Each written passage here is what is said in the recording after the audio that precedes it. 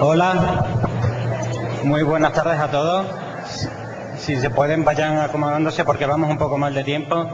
Entonces, para que le dé a la ponente la posibilidad de explicarnos todo lo que ella desea. Continuamos esta sesión de tarde del encuentro con el defensor para tratar un aspecto fundamental que para los enfermos de fibromialgia, cuál es el de los aspectos médicos. Esta mañana hemos estado viendo un poco la realidad en nuestra comunidad autónoma, la problemática que planteaban respecto a los aspectos jurídicos y sociosanitarios. Esta tarde seguimos con laborales y ahora nos vamos a centrar en un elemento clave de esta enfermedad, que es la definición de los aspectos médicos y el tratamiento y diagnóstico. Para hablar de los aspectos médicos de la fibromialgia, tenemos esta tarde el honor de contar con María José González. María José González es reumatóloga, ha trabajado 10 años en la clínica de Seus y 3 años en la clínica Tendon de Barcelona. Actualmente es miembro del equipo de ensayos clínicos del doctor Cayetano Alegre de Miguel, que como todos ustedes saben es el presidente de la Sociedad de Reumatología de Cataluña y es la encargada de hacer la divulgación de los ensayos que se realizan en este equipo. Sin más, paso a darle la palabra.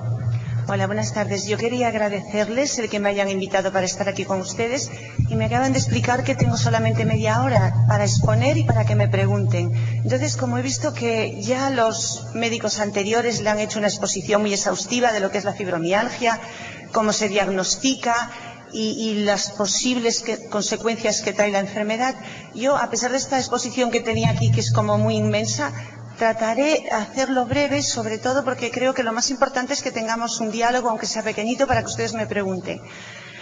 En principio, la fibromialgia, como ustedes ya saben, es la enfermedad del dolor. La enfermedad del dolor es un término como muy etéreo. ¿Qué es el dolor? El dolor es una experiencia sensorial y emocional desagradable. ¿Por qué el cuerpo percibe esta sensación si estamos cansados de oír siempre que las personas con fibromialgia no tienen nada, que están sanos, que le hacen un montón de análisis, un montón de pruebas y todo es correcto? Porque en la fibromialgia se produce una alteración en la percepción del estímulo doloroso, de manera que estímulos que de forma habitual no provocan daño, a las personas que padecen fibromialgia lo sienten como un daño. Desde este punto de vista, aunque no haya una lesión anatomopatológica clara en este momento establecida, sí que se ha visto que hay unas alteraciones a nivel de neurotransmisores, a nivel de flujo cerebral, a nivel de sinapsis entre unas células y otras, que podrían justificar en parte este dolor exagerado a estímulos que no deberían provocarlos y un dolor mucho mayor ante estímulos que sí provocan dolor, pero no de tanta intensidad. Es una enfermedad que afecta básicamente a mujeres, un 4,5% frente a un 0,2% a hombres, más frecuente entre los 20 y 40 años, aunque en España es más frecuente entre los 30 y 40. A la persona que la padece a peregrinaje de médico en médico, de centro en centro, de quiromasajistas, acupuntores, homeópatas, médicos de todas las especialidades, que van haciendo que esta enfermedad se vaya cronificando y vaya incrementando su sensación de malestar y de incomprensión por parte de todos, que hasta es difícil de pronunciar, fibroqué, poliqué. La palabra fibromialgia no es que la enfermedad sea una enfermedad reciente, es que hasta el año 1975 no se definió como tal.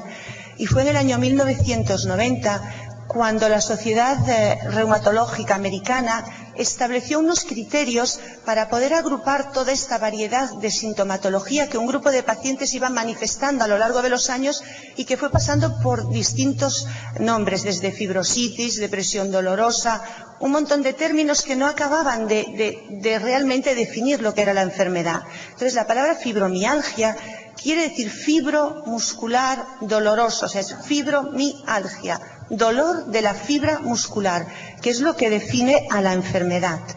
El dolor tiene un mecanismo fisiopatológico, se produce por algo. Todos entendemos que cuando hay una lesión se produce una serie de consecuencias que hace que el cuerpo experimente un dolor. Pero el problema está en que en la fibromialgia decimos que no hay ninguna lesión. Todo es correcto. Entonces, ¿qué es lo que pasa? El dolor se produce porque a partir de un estímulo hay una transmisión que viaja desde el tejido periférico hasta la médula y de la médula a la corteza cerebral. En este viaje puede haber alteraciones en la transmisión del estímulo.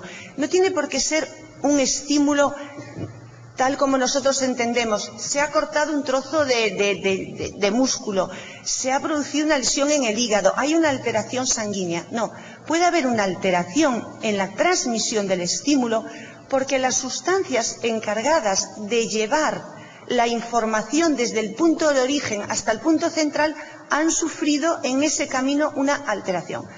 Hay un ejemplo que yo siempre pongo, que creo que es muy gráfico, que es el juego de las palabras, donde 40 personas se reúnen, el primero dice una palabra, la pasa al segundo, al tercero, al cuarto, y cuando llega al último, la palabra que él recibe no tiene nada que ver con la palabra que ha dicho el primero. Esto es un poquito lo que pasaría en la fibromialgia. El cuerpo tiene una escala de umbral de dolor, de manera que estímulos de intensidad baja no son registrados como dolorosos. De esta forma, el cerebro no responde con dolor, porque si no sería tal el acúmulo de estímulos, el cerebro estaría tan bombardeado que se bloquearía. Lo que pasa en la fibromialgia es que desde que se produce el estímulo hasta que llega al cerebro, la información se ha distorsionado. Nosotros tenemos... lo voy a explicar de una manera que se entienda, que a lo mejor no es muy científica, que digamos, pero yo creo que nos valdrá.